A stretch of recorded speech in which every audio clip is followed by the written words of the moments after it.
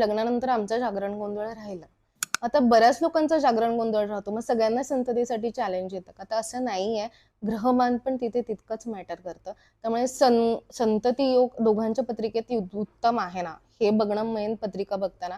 Second thing, मृत्यू षडाष्टक योग नाही आहे ना, हे बघणं गरजेचं आहे. मृत्यू षडाष्टक आता आम्ही साधारण 12 वर्षापूर्वी माझ्या करिअरच्या सुरुवातीला मी एक केस केली होती आणि लव्ह मॅरेजचे त्यांचं होतं.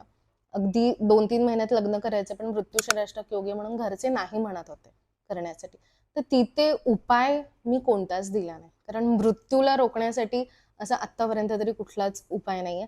पण मी थोडं डिटेल जाऊन बघितलं की मृत्यू षडाष्टक योग हा लाईफ टाईम आहे का, तर नव्हता.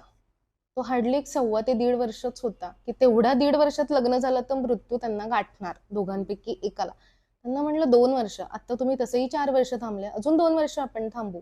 2 वर्षानंतर लग्न केलं तर मृत्यू षडाष्टक योग लागू होणार नाही. आणि खरंच 2 वर्षांनी लग्न झालं आणि ते सुखरूप येतात, तर त्यांना संतती प्राप्ती पण व्यवस्थित झाली आहे. गुण त्यांचे 25च जुळत होते, पण जो चुकीचा योग होता तो आपण टाळला होता.